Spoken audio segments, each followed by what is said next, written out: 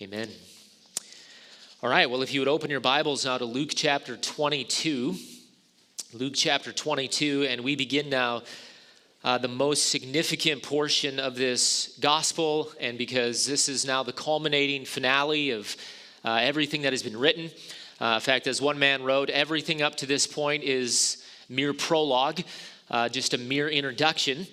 And because we come now to the great climax and the critical point, frankly, of redemptive history, what we begin here this morning is now the account of the death and the resurrection of Jesus Christ. And so 21 chapters just to get to these final three. In fact, this is the very essence of why Jesus came. He did not come merely to teach. He did not come merely to give us an example or to show us a better way of love. Rather, he came in the first place for a cross. And because without the cross and, of course, the resurrection, there is no hope, there is no purpose, there is no meaning. And so this is what we now begin in the Gospel of Luke, and there is a depth to these three chapters that we will, Lord willing, have the opportunity to explore together. But this is now the high point of this gospel, and so this is what we will begin here this morning. And so let me just start our time by reading for us these verses. And this actually begins in verses 37 and 38 of chapter 21. And I am going to read all the way through chapter 22 and verse 13, although we will not get that far this morning, but it is the broader passage, and so I'm going to read it just to try and get it before our eyes and into our mind. And so starting here in chapter 21, starting in verse 37, here's what Luke records of the ministry of Jesus Christ. He says, "Now during the day, he, Jesus, was teaching in the temple, but at evening he would go out and spend the night on the mount that is called Olivet. And all the people would come and get up early in the morning, and they would listen to him in the temple. Now the feast of unleavened bread, which is called the Passover, was approaching. And the chief priests and the scribes were seeking how they might put him to death, for they were afraid of the people. But Satan entered into Judas, who was called Iscariot, belonging to the number of the 12. And he went away and discussed with the chief priests and the officers how he might betray him to them. And they were glad and agreed to give him money. So he consented and began seeking a good opportunity to betray him to them apart from the crowd. Then came the first day of unleavened bread, of which the Passover lamb is sacrificed. And Jesus sent Peter and John, saying, 'Go and prepare the Passover for us, so that we may eat.'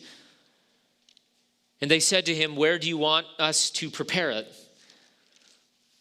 And he said to them, 'When you have entered the city, a man will meet you carrying a pitcher of water. Follow him into the house that he enters. And you shall say to the owner of the house, the teacher says to you, where is the guest room in which I may eat the Passover with my disciples? And he will show you a large, unfurnished or furnished upper room. Prepare it there.' And they left and found everything just as he had told them. And they prepared the Passover." Well, I don't know if you've ever thought about who is responsible or ultimately responsible for the death of Jesus, but as we move now closer and closer to the moment of the cross, we are going to be reintroduced to various players, if you will, who will now begin to plot for his murder. And so what we have here is essentially a record of the conspiracy surrounding the plot to murder the Son of God. In fact, what we have in this passage are at least 5 different parties, 5 different characters who are all working together, or at the very least using each other, but to satisfy a personal motive. And there are multiple motives in this text. But it does raise for us the question as to who is the architect of this murder. Who is the mastermind behind finally getting Jesus onto a cross? And it is a very important question. It is a significant question, and we're going to see why as this text begins to unfold. And so this is what we're going to start to look at here this morning. And again, this is something which goes all the way through chapter 22 and verse 13. But again, we're only going to get through about verse 6 for this morning. And so let me just begin here by establishing some of the setting for us, starting here in verse 37. And this is what I'm just going to call here, first of all, the conundrum. The conundrum. This is verses 37 and 38.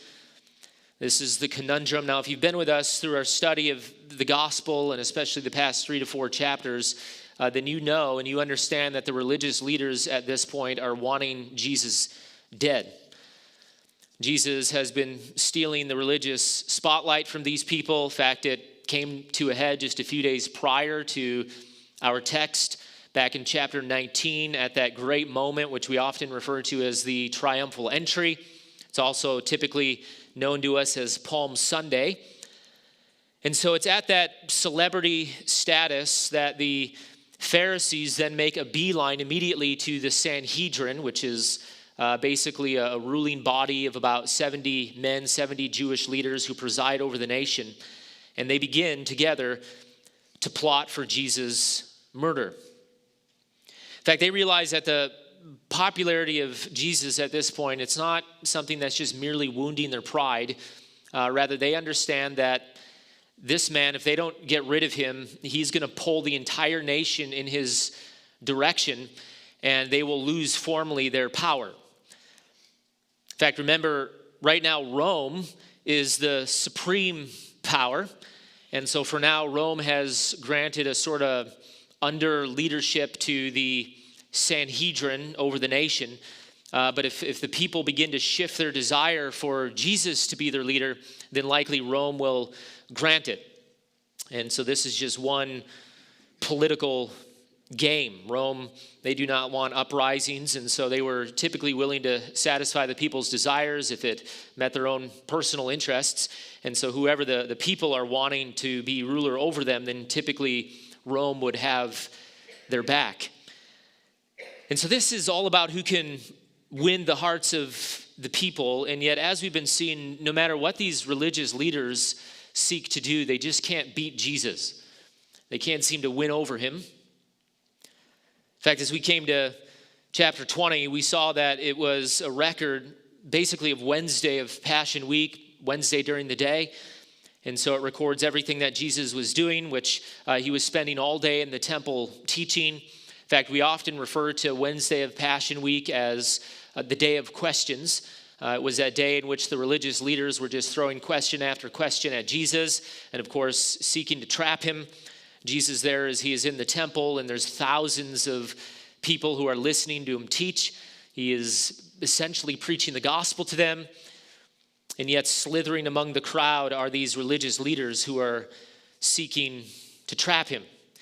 And yet Jesus, being Jesus, not only would he parry their questions, but he had a habit in his divine wisdom of turning the questions back onto them.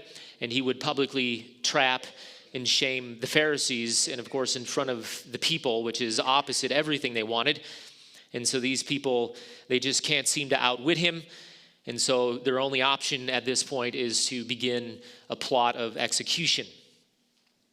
And yet, what is their great problem? Well, again, at this point, Jesus, he has the heart of the nation. And so if they try to take Jesus by force, then likely it's going to start a riot. Again, this is Passover week. There's always a greater presence of Rome in Jerusalem during Passover week. Again, the Jews were notorious for their riots and their uprisings, and so Rome would send in many, many soldiers and to be able to step in case there was a riot.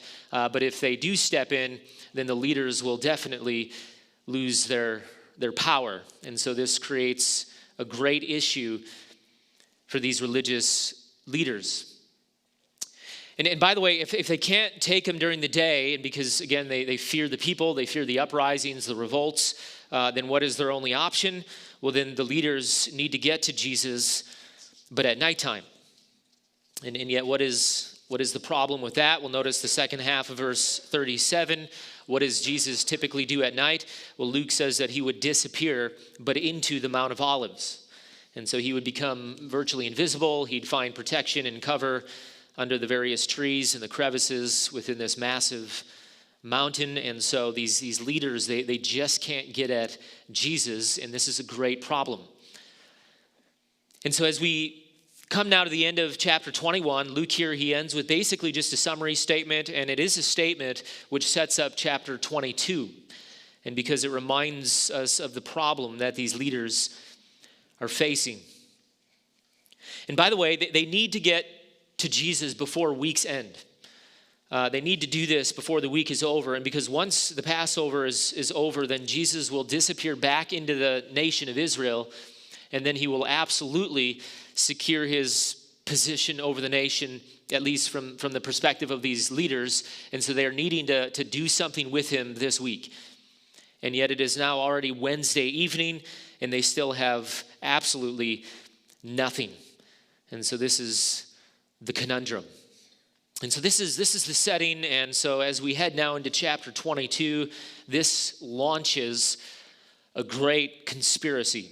And so I'm just going to call verses 1 through 6 now the conspiracy. These people need to figure something out, and they need to figure it out quickly.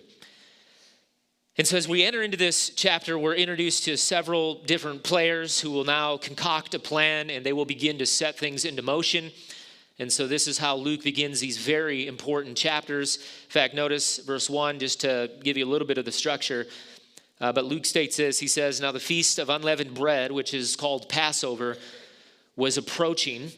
And then notice down in verse 7, he picks that statement up and he says, "Then came the first day of unleavened bread, on which the Passover lamb had to be sacrificed." And then from there, verse 7 through basically verse 23, Luke chronicles Jesus and the disciples, their preparation, but also their observance of the Passover meal. That, of course, is where Jesus will teach his great teaching on the Lord's Supper. And we'll look at the Passover and the Feast of Unleavened Bread once we get there. But before we get there, notice Luke here begins by inserting this conspiracy in verses 2 through 6. This is how all of this begins. And so what we have here are a number of different figures who will play party to this plot. And so again, as we're working through this, the question is, who is it that killed Jesus ultimately? That is what these verses reveal. And again, this is a very important portion of Scripture. And so notice, if you would then, the very first party that we're introduced to, and that is, of course, the chief priests and the scribes. This is verse 2. Now again, we have here the Jewish leaders whose motive is political power and wealth.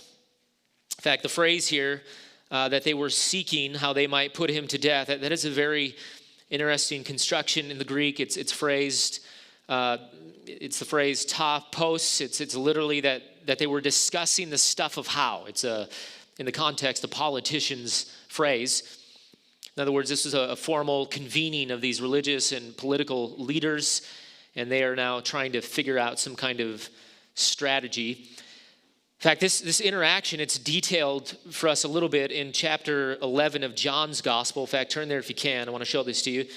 John chapter 11 in verses 44 through 54. John chapter 11, remember, this is that great chapter in which Jesus raises Lazarus from the dead. And so in verse 44, John records these words.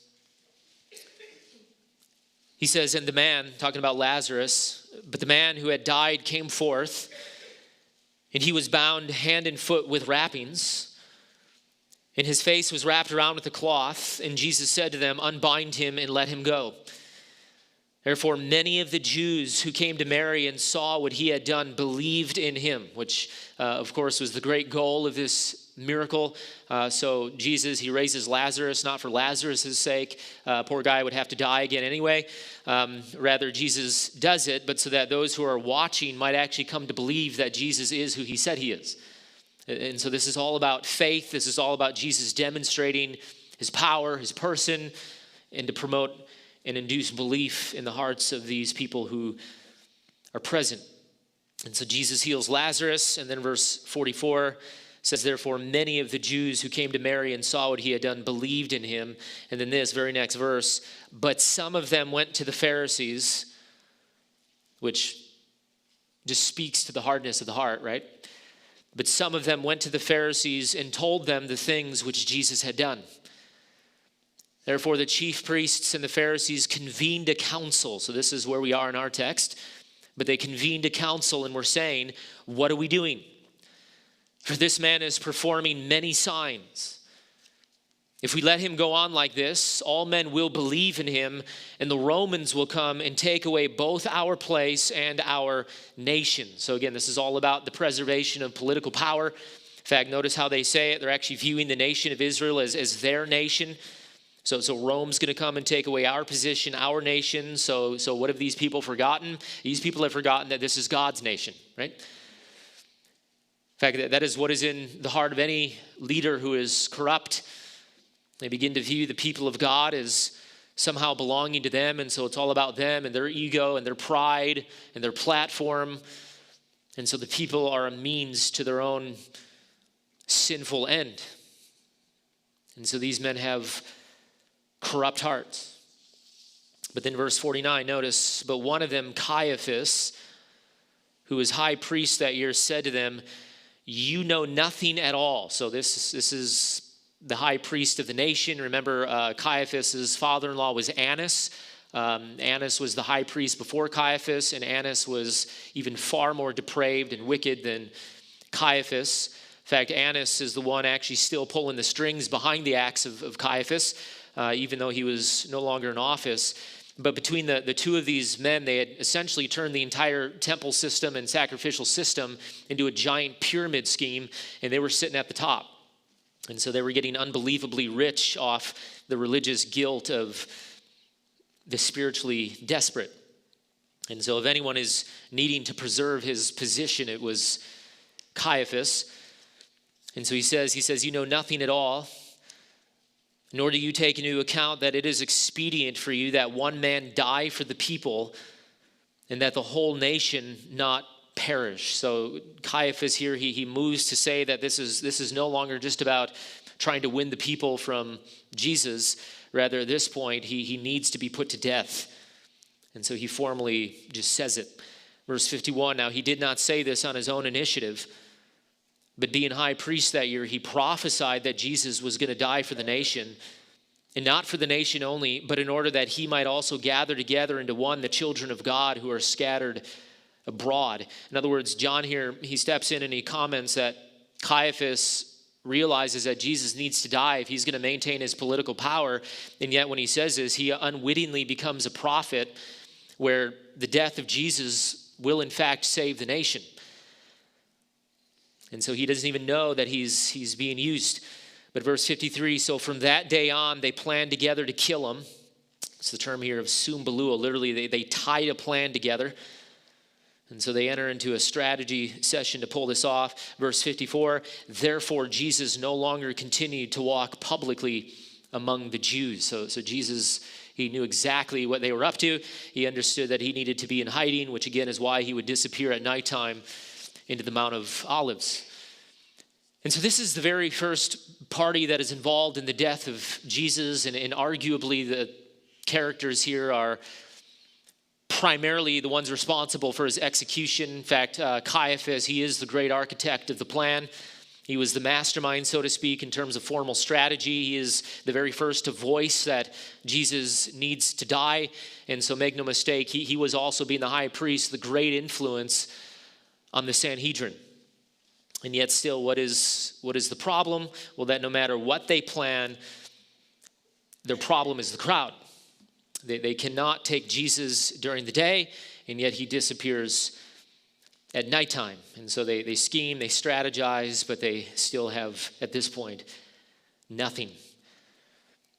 And so as we come to the end of Wednesday evening, they are still just as hopeless.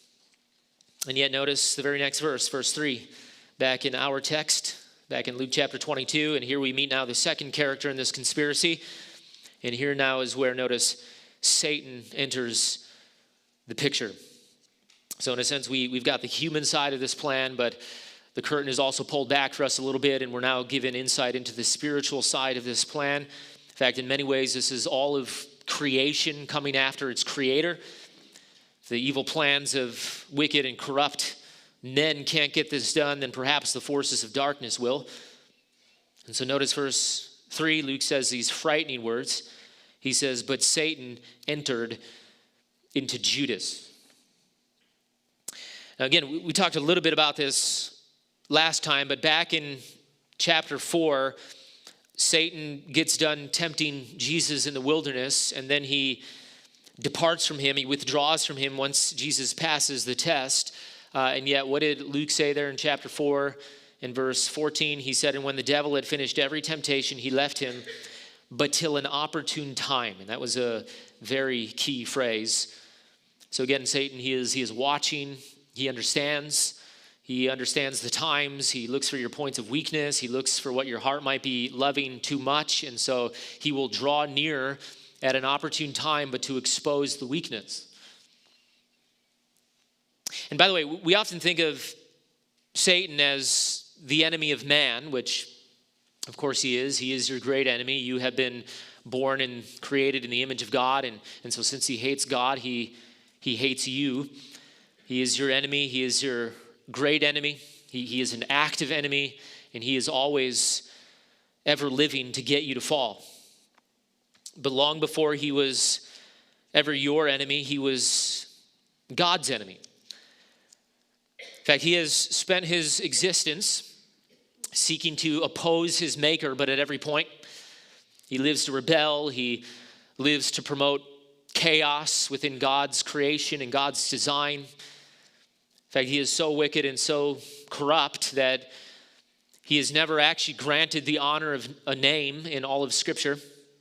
Rather, he is just Satan, a Hebrew word that means adversary, Satan. And so he is identified by what he does. Lucifer is not actually in the Bible. That is the result of a poor translation that is built on faulty manuscripts. Rather, he is identified as Satan, adversary, one who opposes. And so he has been seeking to thwart this plan and purpose of God since Genesis chapter 3. So remember what happens in Genesis chapter 3. Satan comes to the woman. He seeks to deceive her. Adam, her husband, comes along then with full knowledge, and he is not deceived. Rather, he willfully rebels. Full knowledge. And so he listens to the voice of his wife. And so instead of standing firm on the truth, what does he do? Well, he abdicates his responsibility before the Lord, and he goes passive. And so the devil slithers into this marriage, and he begins to breed discontentment into the heart of the woman. And then the man, instead of protecting his wife, instead of rescuing his wife, instead of shepherding his wife, he chooses to partake. And then what is the result? He cripples all of creation, right?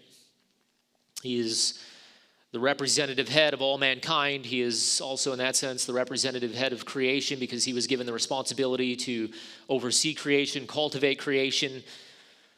And so all of creation then falls under a curse, and the entire thing is fractured and broken. And so now all of created order dwells under a twisted curse, and it is longing to be made new, Romans chapter 8. And yet despite the curse, what does God do? Well, in his grace and in his mercy, he says in Genesis chapter 3 and verse 15, a promise. And he says to the serpent, he says, "I will put enmity between you and the woman, and between your seed and her seed, and he," meaning the seed, "shall bruise you on the head, and you shall bruise him on the heel." And so here we have the very great promise of God to the serpent and all of mankind. Here we have what theologians often refer to as the proto-evangelion, just a fancy word that means the very first utterance of the gospel. And so God says that the seed of this woman, or some offspring of this woman, he will come and he will bruise the serpent on the head. You're going to bruise him on the heel, Satan, but he will bruise you on the head. What does that mean? He will bring a fatal blow. And so, of course, this is speaking of Jesus. Jesus, he is the seed of the woman. He is born of the woman. This is what we celebrate at Christmas time. Now, the devil's going to play party to bruising him on the heel, but the irony of ironies is that when he bruises him on the heel, which takes place at the cross, that will also be the very act and means by which the serpent is crushed on the head. And so this is the promise that God gives. He gives it all the way back in Genesis chapter 3. And so what has Satan been doing? Well, he has been spending history seeking to thwart this promise. And so he has been trying to disrupt this line through which the Messiah would come, which of course would be through the nation of Israel. And so the Old Testament then is just one long record of Satan seeking to corrupt the nation, seeking to thwart the plan of God. So he tried to, first of all, snuff them out through slavery in Egypt, tried to mislead them into every kind of false religion, which again is basically what the Old Testament is. It's just one long record of Israel's rebellion and wickedness in which they're deceived into all kinds of false religions and false saviors and all kinds of idolatrous living. And yet, what is all that? Well, that is Satan behind the scenes influencing the nation, but to corrupt the line. In fact, it's what he was trying to do when Israel was thrown into captivity and they were brought into oppression under foreign nations. He was trying to blot out the bloodline. And yet, what is the problem? Well, the problem is that God is faithful. He will absolutely preserve his people, but to bring about his promise. And then once we get to the New Testament, skipping over a whole lot, Satan is still up to his schemes. So Jesus is born, the Messiah is born, this seed of the woman is born. And then what does Satan do? Well, he begins to work envy and murder into the heart of Herod, who hears that some kind of Jewish king has been born. And so Herod then moves to slaughter the firstborn of all the Jewish males under the age of 2. And why? Well, because Satan is at work seeking to thwart the promise. And yet God is faithful. And so Jesus is protected.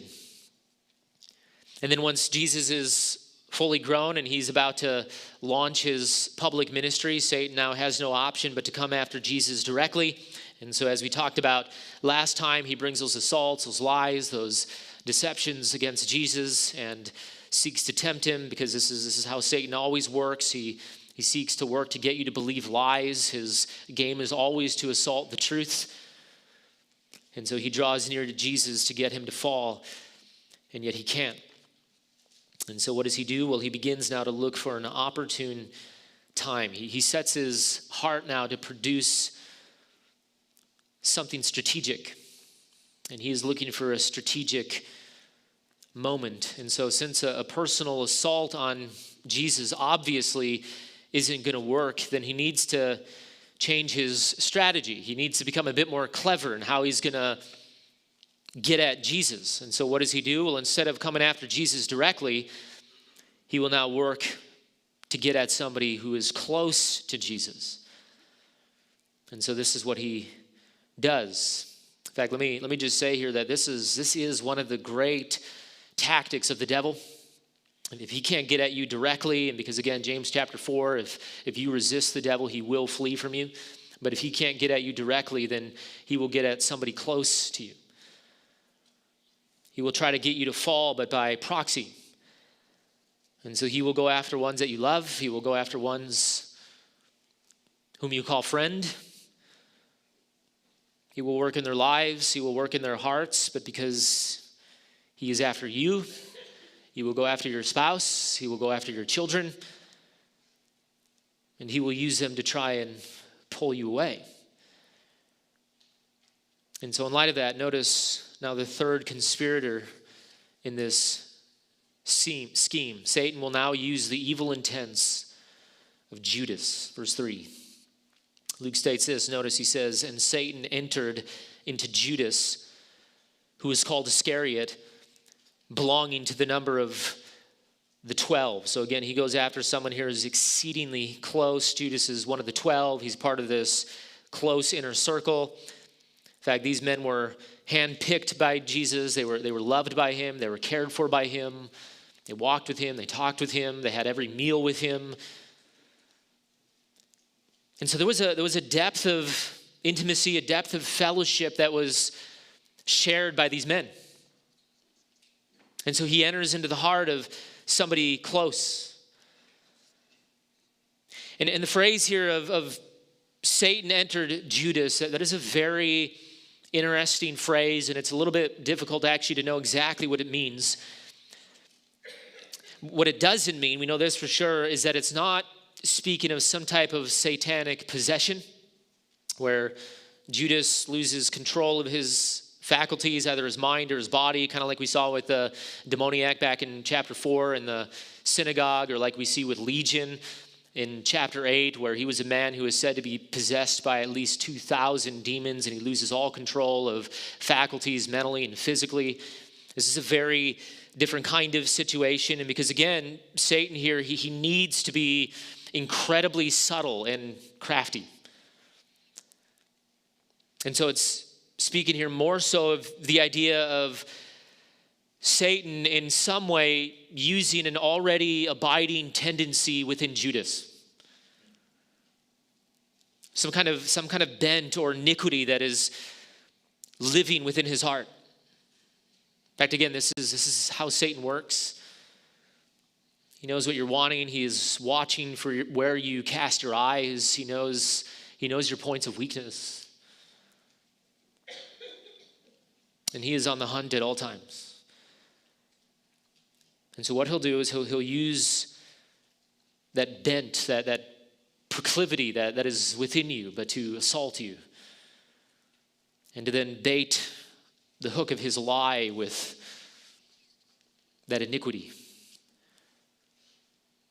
In fact, that is what makes his activity so deceptive, frankly, so undetected by many. In fact, one of the most troubling issues in this text, I think, is the question of, so what actually made Judas do this? Don't know if you ever thought about that. Again, he was one of the 12. In fact, the way that it's stated here in the original, it's almost disturbing. It's literally Satan moves toward this one who is literally from up out of the 12. So again, he gets as close to Jesus as possible, but by invading into the heart of one of his friends. And make no mistake, he was his friend. In fact, Jesus calls him his friend. Matthew chapter 26, and he calls him friend even in the very moment that he's betraying him. And so Judas was close. He was loved. He was his friend. And so what made this man do this? Well, it's not as simple as saying that the devil made him do it. And because he didn't. That is not how the devil works. He does not have that kind of power. Rather, this was entirely of the volition of Judas. And so what did Satan do? Well, he merely cast the rod and dangled the hook, but it was Judas who bit the bait. The devil can't make you bite. He does not possess that power. And so, first of all, understand Judas, he was no victim. In fact, nobody is a victim. Nobody in this room is a victim of the devil.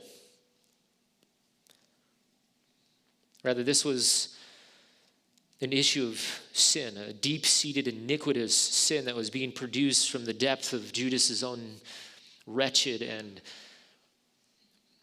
desirous heart. And so after 3 years of eating with Jesus and seeing the miracles and seeing the healings and all the exorcisms, and after hearing all the teaching and even seeing Jesus' power over creation, saw Jesus walk on water, he was there for that. He saw Jesus command even the winds and the waves that they should obey him. Judas was there for that. He saw Jesus' ability to heal leprosy with just touch and make the paralyzed be able to walk and the deaf to hear. And the blind to be able to see, and again, with just the power of his word, and again, with no therapy needed, right? Just instant healing. Judas was there. Judas was there when Jesus fed somewhere in the ballpark of 15,000 people with just 5 loaves of bread and 2 fish, and all of which, by the way, testified undeniably to his deity, right? And because Jesus, he did not do things in the name of God, rather he did things but from the power of his own word, and who is able to create something from nothing but God alone. And so Judas, and just like Adam, he walked with God and was called friend by him. And so for 3 years, Judas, he was there for everything. In fact, Judas was even among the 12 back in chapter 9 when the disciples were given power to cast out demons and to heal disease.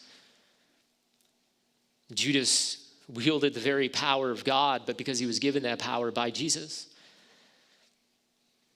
And so again, how do you go from that to then betrayal and apostasy against the very Lord of creation? That is a significant question. And because if it can happen to Judas, it can happen to you. And so why did he do this? How could he do this? Well, there are several suggestions. First of all, some try to enter into the psychology of Judas, and they see here some kind of envy or perhaps some kind of disappointment. In fact, Jesus at this point, remember, he is not exactly fulfilling the expectations of the disciples in terms of the kingdom. So he is supposed to be throwing off Rome. He's supposed to be delivering the nation. In fact, the Passover is almost upon them, just one more day, and yet Jesus still hasn't delivered their hope. In fact, Passover, it happened just once a year, and again, it's a ceremony that commemorates the liberation of Israel from the oppression of Egypt. And so the reigning thought of the day is that if the Messiah was going to appear and he was going to throw off the shackles of Rome for the nation, then it would happen during the Passover. First of all, that's when God delivered Israel from Egypt, but in a practical sense, that is when most of Israel was consolidated into Jerusalem. And so if the nation had any chance of fending off Rome, it was during Passover. It's when the nation had the numbers. And so there was always some kind of expectation in the air during the Passover, but especially this year where Jesus, this national celebrity, has undeniably demonstrated power, and that he himself is truly of God in some way. And so in the mind of the disciples, Jesus, he was the Messiah. Obviously, God was with him, and so if anybody had the ability to do this, it was him. In fact, this was made explicit back in chapter 19 and verse 11. Remember, Luke says that Jesus tells the disciples a parable, but why? Well, because he was near Jerusalem, and they, the disciples, therefore supposed that the kingdom of God was going to appear immediately. So again, they're just outside Jerusalem at this point. Passover is upon them. And so this is it. In fact, if you ever wonder how the Jewish leaders could actually get the people to flip on Jesus, just 2 days from this moment in our text, and despite all the expectation and all the fanfare, this is it. And because when Jesus is brought before Rome in bonds, it shatters expectation. And why? Well, because the Messiah, by definition, in their view, is supposed to deliver the nation from Rome. And so if he's now arrested and standing before the enemy, then he can't possibly be the Messiah. Rather, this man is a fraud. This man, he has been a liar. And so in terms of strategy, all the Jewish leaders really need to do is just get Jesus arrested and standing before Rome. That's it. And it will shatter all expectation, and it will win back the people. But for Judas, on his part, he is already beginning to suffer from disappointment. Jesus' failure to deliver for him, his personal expectation of what he thought Jesus was supposed to be doing for him. In fact, let me just say that right there is the heart of so much defection from the faith, the cause of so much apostasy. In fact, if you want to know a prime motive behind the heart of an apostate and why people will often just walk away from the faith, well, it's often associated with placing an expectation on Jesus that he never actually promised you. And then when he fails to deliver it, you then walk away from him, but as you accuse him of being a false savior, false deliverer. And that happens in hundreds of ways. So he doesn't give you a healing from a medical issue. Doesn't heal a friend, doesn't heal a relative. Doesn't produce for you a spouse. Doesn't produce for you a child. Doesn't provide a certain career. Whatever it is, he doesn't fulfill some desire of your heart. Doesn't fix your loneliness, your anxiety, your depression. And so you walk away. Why? Because you are viewing him as a means to your own end.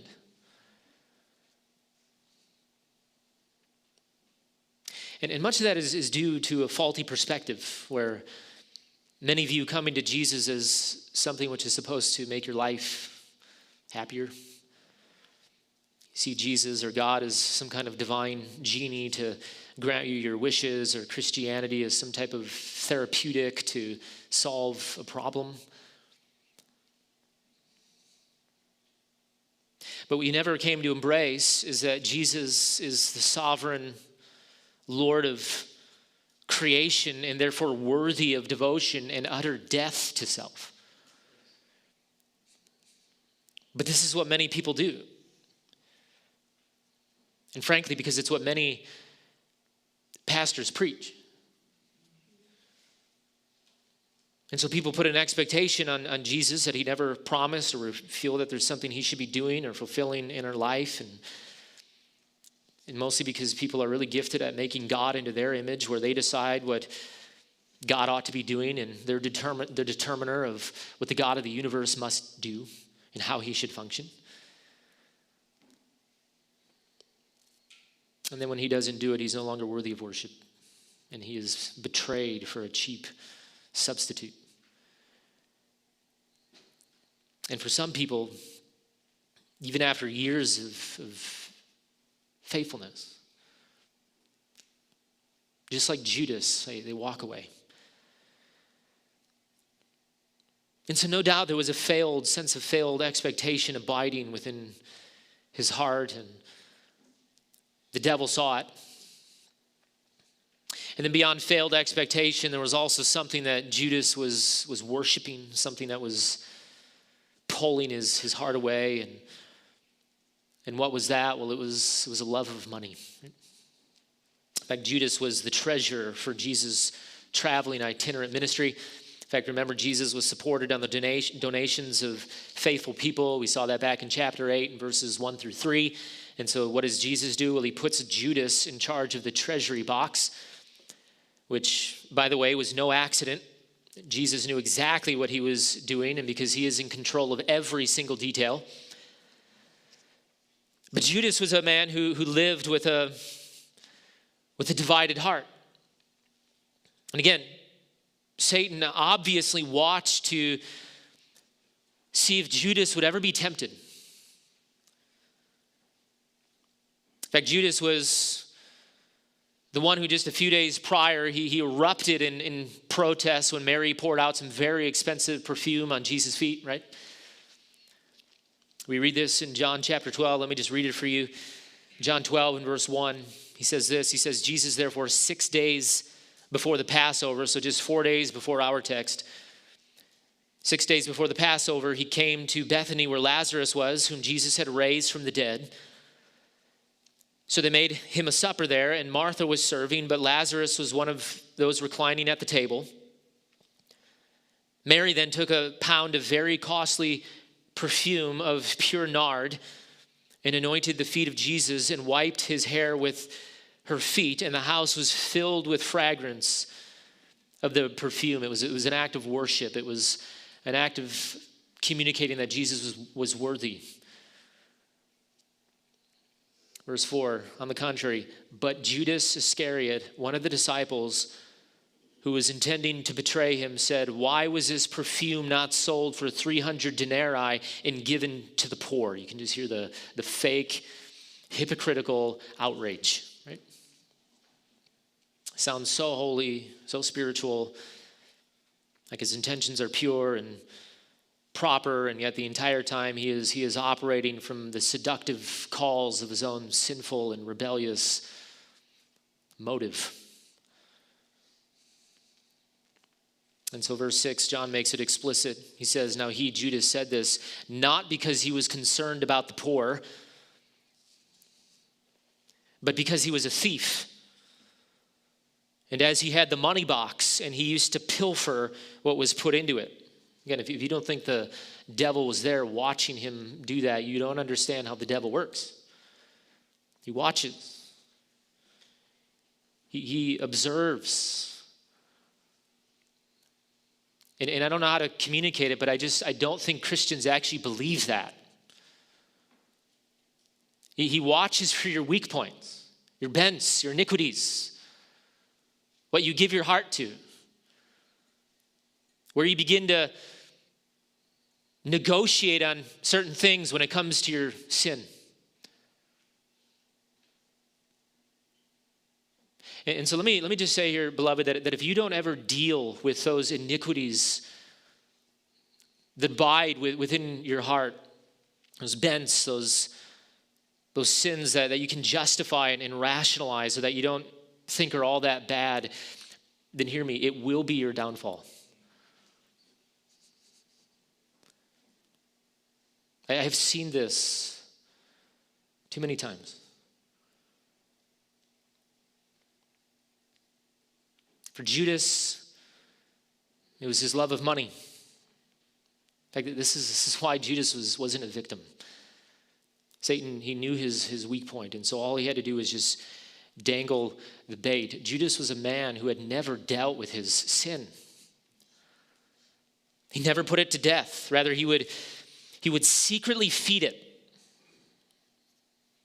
And notice, in that John text, he doesn't overtly steal large sums of money, does he? Rather, the word there, it's the word pilfer. It's the idea that he takes just a little bit here, just a little bit there, just rationalizing it. So Jesus, he wouldn't want me hungry. He wouldn't want me to not have these new sandals, whatever. But instead of killing the sin, he kept it on life support through a drip. He would feed it just enough nutrients to keep it alive within his heart.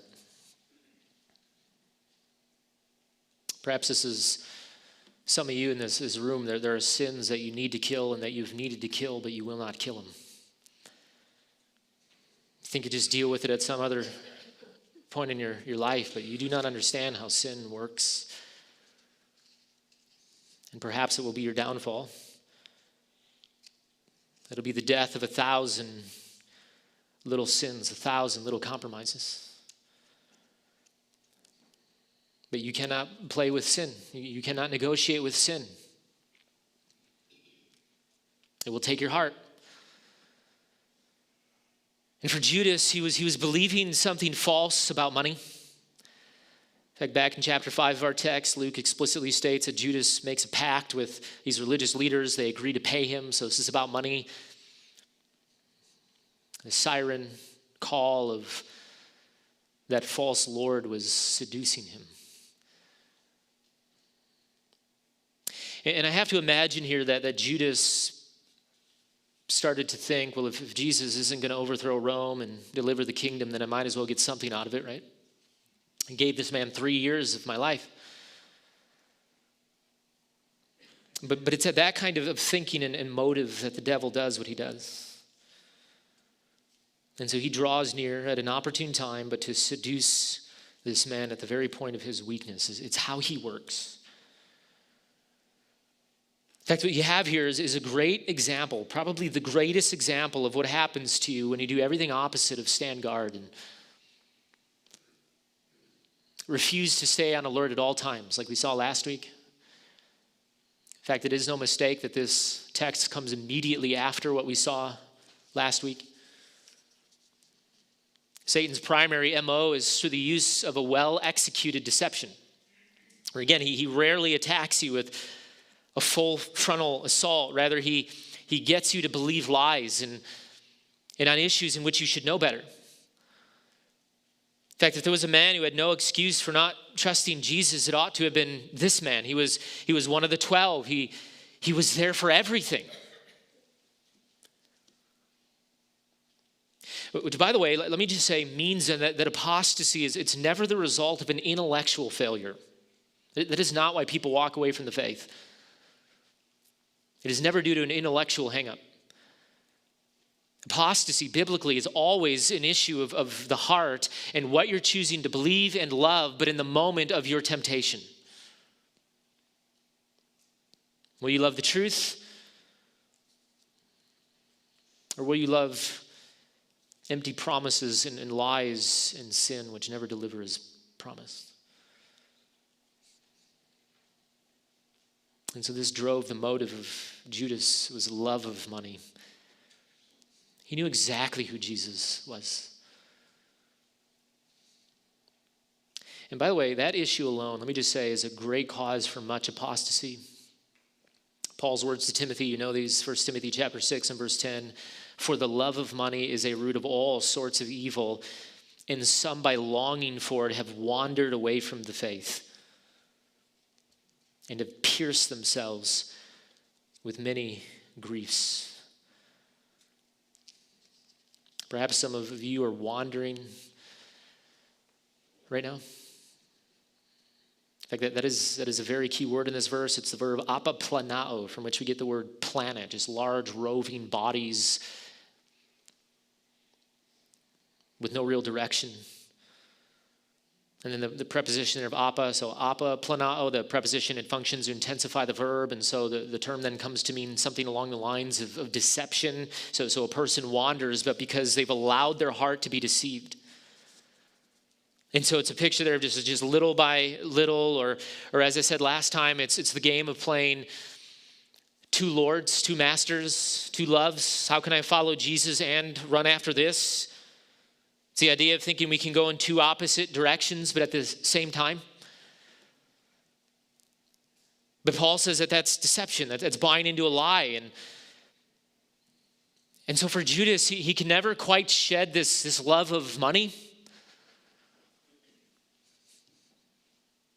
And again, he started well. He was one of the 12. He was part of this mission. Again, he was given that great power back in chapter 9 to go out and personally heal and perform all kinds of miracles and wonders. He was given unmitigated power over the demons as he would preach the gospel. And so he preached the gospel. And yet what was the problem? Well, that he was doing it with a divided heart. And it took him. Think of people like my professor, Steve Lawson. People wonder, how could he do all that he did? How the man was used in incredible ways. I mean, he bore a tremendous amount of fruit. Many people came to faith under his preaching ministry. What was the problem? Well, toward the end, he was doing it with a divided heart. Did not stand guard. Was not staying on the alert at all times. And he opened himself up. And he was taken by his lusts, but he was no victim. He just never killed the sin that he should have killed, right? And the devil saw it and just given his level of platform and the ways that the Lord was using him, no doubt the devil was very near at all times, watching. And so I think there was a cocktail of motives present within the heart of Judas that caused his great fall. In fact, it's Ephesians chapter 4. Judas didn't stand guard. He didn't put away the sin, and so he gave what Paul there calls a foothold for the devil. He opened himself up. He didn't cut off his hand as Jesus instructed him, but he just kept sticking it into the pot, the money pot. Just a little bit here, a little bit there, just enough to satisfy, not enough to harm the ministry, but just enough to keep satisfying that lust within his heart. In fact, again, perhaps this is some of you in this room, you profess Christ, but you just keep allowing your heart to wander. And yet, because you haven't overtly walked away, you're thinking you're probably okay. Your heart might be growing cold. You know it's growing cold, but you haven't yet walked away. So you think that all is still well, but you keep watching things you ought not to watch. Keep buying things you ought not to buy. Keep thinking way more about money than you ought to be thinking. Some of you moms, some of you wives, you keep flipping open the Instagram and playing the comparison game, and so your heart just keeps being drawn away, and you're growing bitter and angry toward your husbands and your children, but you don't know why.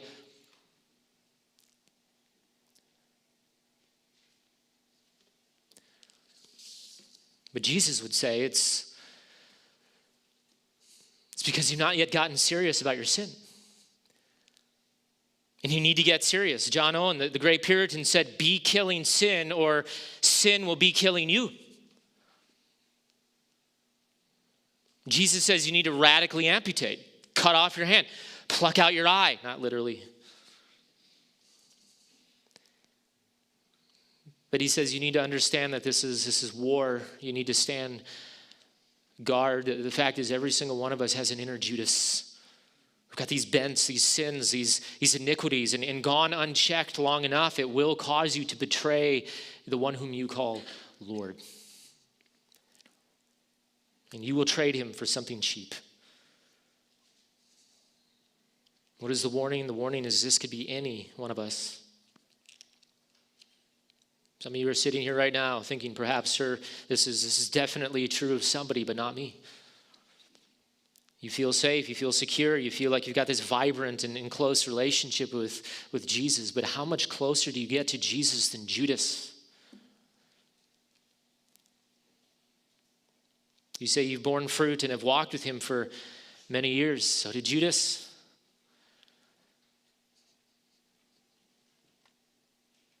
And so this is Judas. He was, as John 6 says, of the devil, and another major player in the death of Jesus. But was he ultimately to blame? This is the question. Verse 4 says he went away, discussed with the chief priests and officers how he might betray him. In fact, the term there of discuss, it's the term which means to conspire. That would be a good translation. So at the very least, he's now a co-conspirator.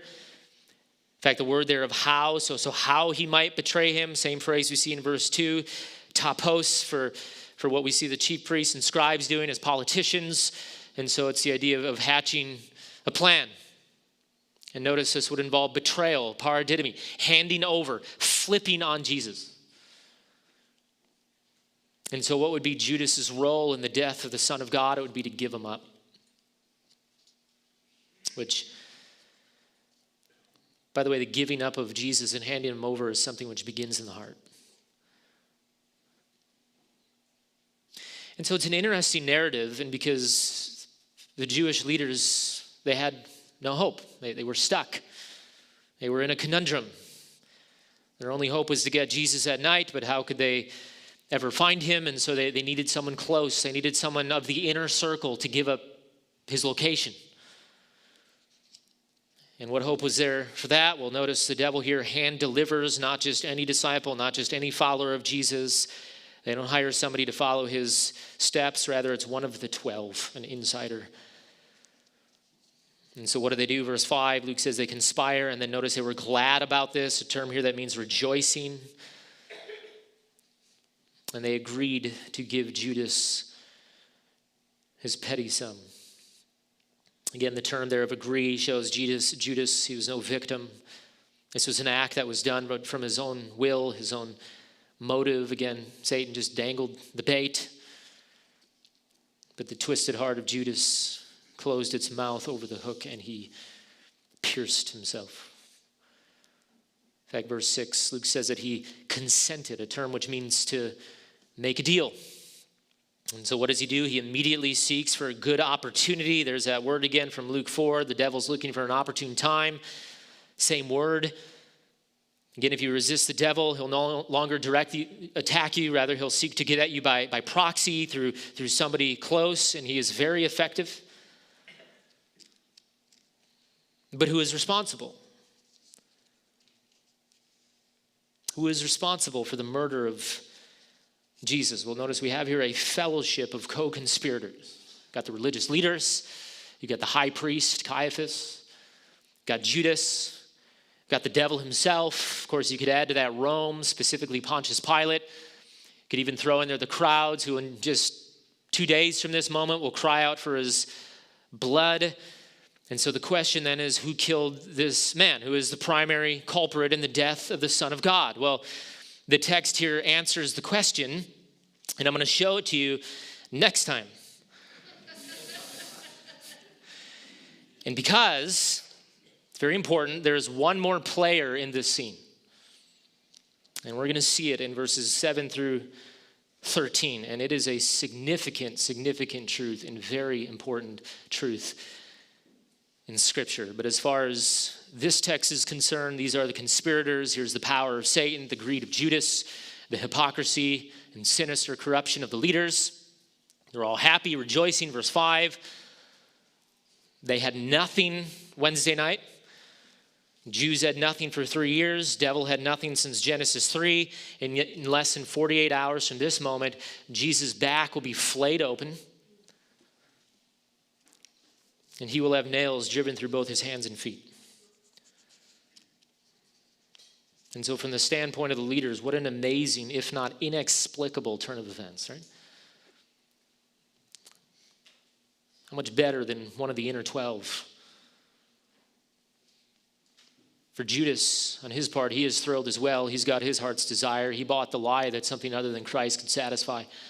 And so for a mere 30 pieces of silver, which is about $330, the price of a slave, his lust wins out and he indulges the flesh. And he's filled with apostasy. And again, so satisfying. Verse 5, but for just a moment. But before this is all over, he will pierce himself, right? He will be so filled with sorrow, he'll go back to the leaders, he'll throw his blood money at their feet, he'll run out and find a tree and tie a rope around his neck.